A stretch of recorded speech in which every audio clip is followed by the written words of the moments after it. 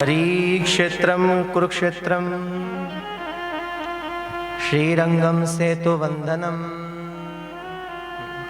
यात्रा है आगे नारद जी के साथ। भागवत के महात्म्य की चर्चा सुन रहे हैं हम। अभी श्री मद् भागवत में प्रवेश नहीं हुआ, अभी केवल श्री भागवत जी की महिमा क्या है। श्री मद् भागवतम, श्री माने किशोरी जी, एक अर्थ निकलता है श्री माने लक्ष्मी, मद माने भंडार, जिसके भंडार में चार चीजें हैं। भागवत माने चार शब्द हैं, भ ग व और त, जिसके भंडार में आपको प्रथम भाव या भक्ति प्राप्त होती है। ग मतलब ज्ञान की प्राप्ति हो रही है, व माने वैराग्य मिल रहा है, और त माने त्याग, इसकी प्राप्ति जहां आपको हो रही है। और मैंने पहले भी कहा, जहां प्रथम त्याग है, सबसे पहले त्याग। आप घर से चलकर यहाँ आए हो तो 3 घंटे का समय निकाल के आए, तो आपने अपना कुछ समय भगवान को दिया है। प्रभु ने आपको 24 घंटे दिए, आपने 3 घंटे यहाँ कथा के लिए दे दिए। अपने इस वक्त घर का कामकाज भी छोड़ कर कई लोग आए, कहीं अपनी निद्रा का त्याग करके आए, कई प्रकार के अपने कामों का त्याग करके आप यहाँ पर आकर बैठे हो। तो जितने चीजों का परित्याग करके आप भगवान के लिए बढ़ते हैं, भगवान भी उतनी चीजों का परित्याग करके आपके लिए बढ़ते हैं। ये भगवान ने बार बार संकेत किया है। मानस में भी जब भरत राम जी से मिलने के लिए आए हैं, तो भरत ने 4 चीजों का परित्याग किया। कौन कौन सी 4 चीजें?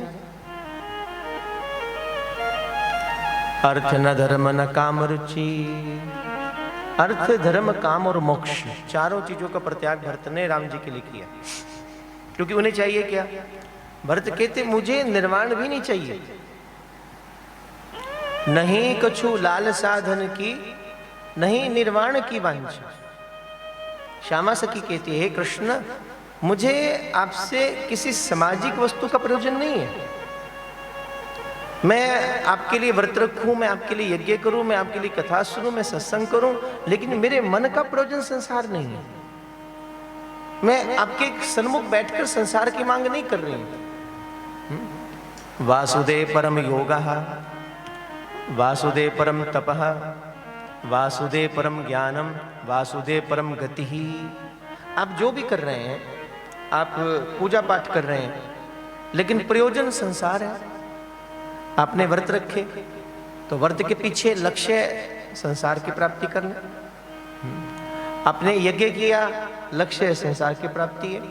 आपने कोई सामाजिक काम भी किया, आपने प्याऊ लगवा दिए, अपने शोरूम के बाहर वाटर कूलर रखवा दिया, आते जाते लोग पानी पिएंगे, गर्मी का मौसम है। अब किसने पूछा क्यों? बोले पुण्य मिलेगा। पीछे कामना तो पुण्य की है,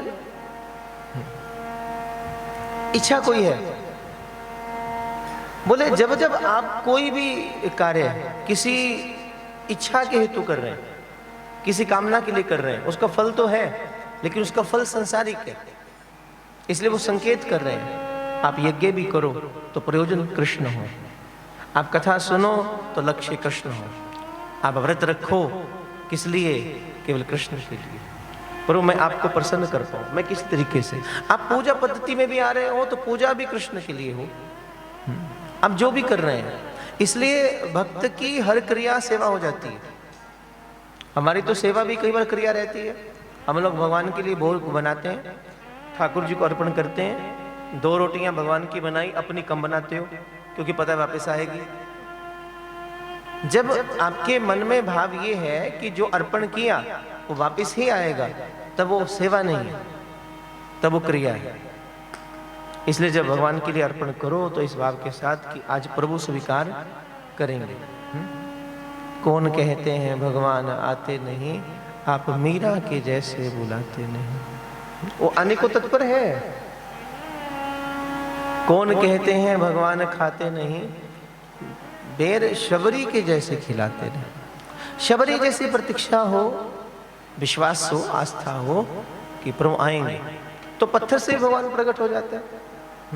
नजर है ना, विश्वास। एक नजर कृष्ण को अर्जुन की देखती है, और एक नजर दुर्योधन के पास भी है। लेकिन जो नजर अर्जुन की है वो दुर्योधन की नहीं है। फर्क है। महाभारत के युद्ध से पहले दोनों आए थे, आप जानते हैं। इसका तीखापन कम करो। अर्जुन भी आया था कृष्ण से मिलने के लिए और दुर्योधन भी आए हैं।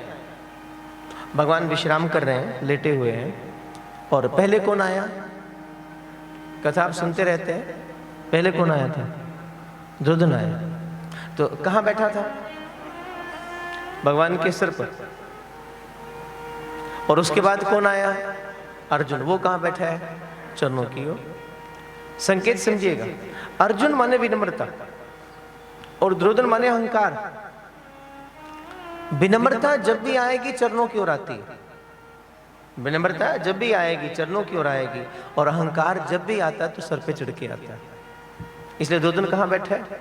कृष्ण के सर की ओर बैठा है, और अर्जुन चरणों की ओर बैठा है।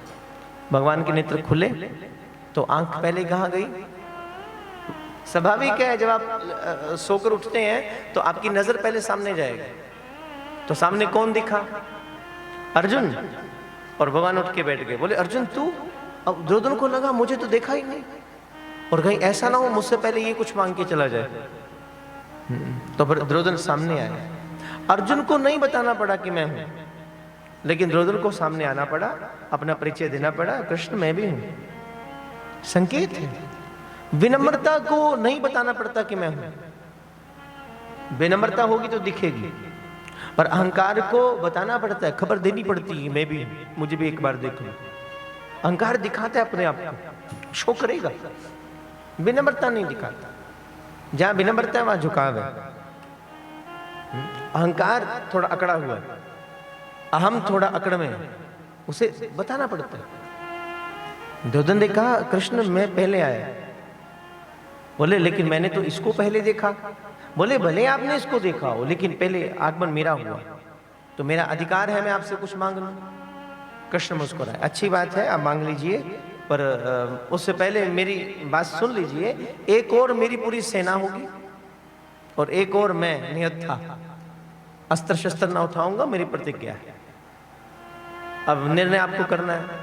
अब महाराज इतनी बात कही कृष्ण ने, और अर्जुन अहम विचार करेगा, अहम सोचने लगेगा। हजारों हजारों विचार उसके मन में आने लगेंगे, हजारों हजारों विचार उसको घेरने लगे। बोले युद्ध है, युद्ध के अंदर तो अकेले निहत्थे बंदे का मैं क्या करूंगा, वहां तो सेना चाहिए। तो कृष्ण ऐसा करो आप सेना मुझे दे दो। बोले ले जाइए। दुर्योधन गया। अर्जुन सन्मुख खड़े थे हाथ जोड़कर। कृष्ण मुस्कुराए। अर्जुन अब तुम क्या चाहते हो? सेना गई, सब कुछ चला गया, अब अकेला मैं निहत्था अस्त्र शस्त्र ना उठाऊंगा, ये मेरी प्रतिज्ञा। अर्जुन के नेत्र सजल थे, हाथ जुड़े हुए थे। देखो विनम्रता का स्वभाव है। अर्जुन कुछ मांगने आया भी नहीं था, उसकी कोई लालसा ऐसी नहीं थी कि भगवान आप मुझे इस प्रकार से सपोर्ट कीजिए या मुझे इस प्रकार से सेना दीजिए। उसका कोई प्रयोजन ऐसा नहीं था। वो तो केवल और केवल श्री कृष्ण की शरण में आया। मैं मांगने नहीं, मैं क्या मांगू आपसे? मैं केवल अपने आप को आपके चरणों में समर्पित करने आया हूं। कारण तन मन धन सब है तेरा, स्वामी सब कुछ है तेरा, तेरा तुझको अर्पण, तेरा तुझको समर्पण, क्या लागे।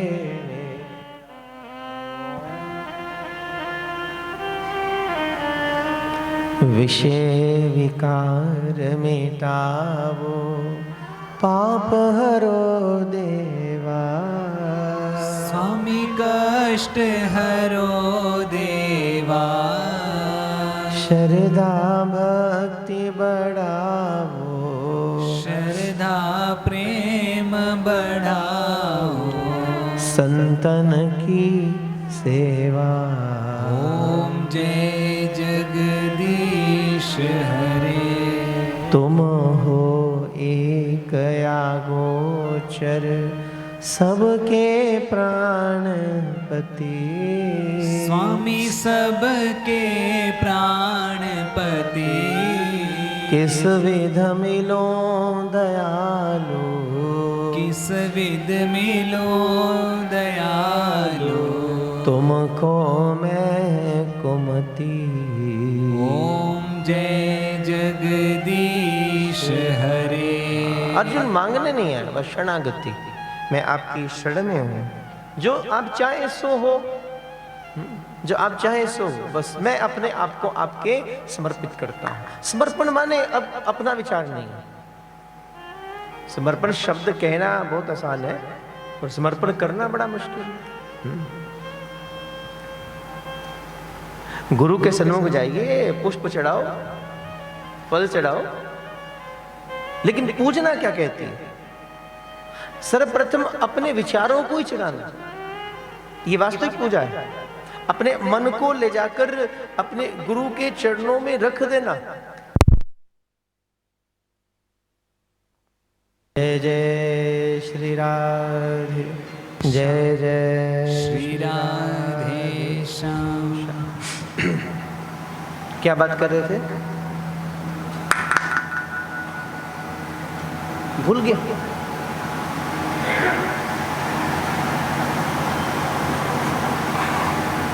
क्या कर रहे हैं? क्या बोल रहे हैं? ऊंची बोलो।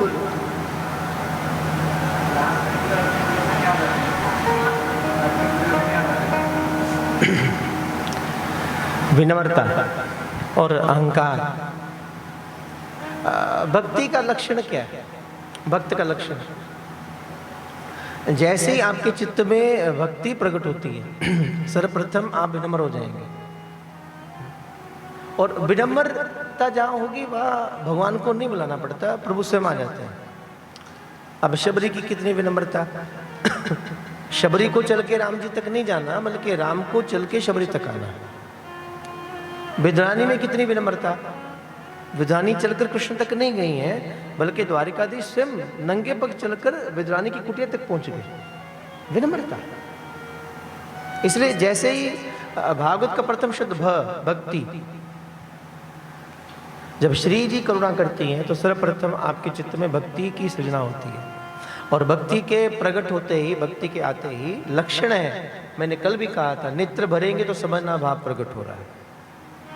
अगर 7 दिन में बैठकर एक बार भी आपके नेत्र नहीं छल चलाते कथा सुनते सुनते, तो इसका अर्थ है कि आपके हृदय में भाव नहीं प्रकट हो रहा होगा।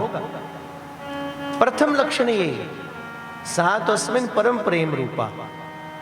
जब इस भक्ति की सृजना होती है, जब इस भक्ति का प्रादुर्भाव आपकी चित्त में होता है, हृदय में होता है, तो प्रथम आंख भरेगी। बाकी लक्षण तो उसके बाद के हैं। सबसे पहले आंख खबर देती है विनम्रता।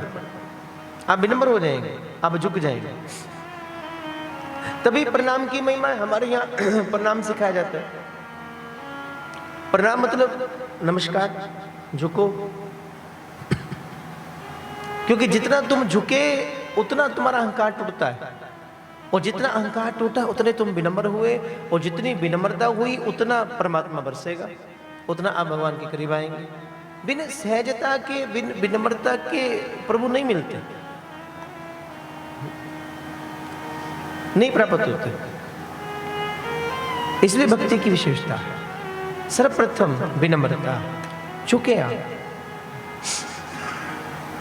इसलिए हमारे यहाँ सिखाते प्रणाम करो। छोटे छोटे बच्चों को बोलते प्रणाम करो।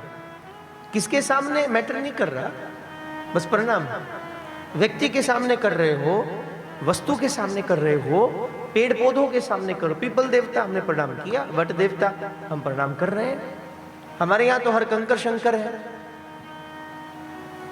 कोई यूं ही मार्ग पर भी कोई पत्थर रख दे, कोई प्रणाम करे, हम सब प्रणाम करने लगते हैं। कारण भक्ति भाव। नदियों को हमने प्रणाम किया, गंगा मैया, यमुना मैया। पहाड़ों को हमने प्रणाम किया। केवल व्यक्ति की बात नहीं हो रही है। भारत की संस्कृति ने प्रणाम माने झुकना सिखाया। प्रथम झुकना। अब किसके सामने झुकना डजंट मैटर। आप मंदिर में जाइए, मंदिर में भगवान का श्री विग्रह है, हमने प्रतिमा को नमस्कार किया, हमने मूर्त को नमस्कार किया, हम विग्रह के सामने झुके। आप मस्जिद जाओ, वहाँ विग्रह नहीं है, वहाँ मूर्त नहीं है, पर झुकना वहाँ भी है, झुकते वो भी हैं, क्योंकि इंपॉर्टेंस आपकी झुकने की है। इसलिए जब कथा में भी आते हो सबसे पहले क्या करोगे? प्रणाम। पहले थोड़ा झुकते हो। ये कथा का आदर्श है, ये मंदिर का आदर्श है, जो सबसे पहले आपके चित्त में विनम्रता को ही पैदा कर रहा है। विनम्रता होगी तो भगवान को आपकी ओर देखना पड़ता है। अहंकार को दिखाना पड़ेगा कि मैं हूं, पर विनम्रता को नहीं दिखाना पड़ता। विनम्रता है झुकाव आपके चित्त में है, भक्ति आपके हृदय में प्रकट हो गई है, तो फिर प्रभु आपकी ओर दिखते हैं, भगवान को आपकी ओर आना पड़ता है, कृष्ण आए। इसलिए प्रथम भाव, दूसरा ज्ञान। अब जहां से ये कथा शुरू हो रही है, बोले नारद जी भ्रमण कर रहे हैं अलग अलग तीर्थों का। तो चलते चलते अंत में नारद जी पहुंचे बद्री धाम में। वहां पर उनकी मुलाकात संत कुमार से हो रही है। और जब संत कुमार नारद जी को देखा तो वो कह रहे हैं, कथम ब्रह्मदीन मुख। जब नारद जी से मुलाकात हुई तो नारद थोड़े उदास थे, उनका चित्त थोड़ा अच्छा नहीं था, मन खिन्न लग रहा था।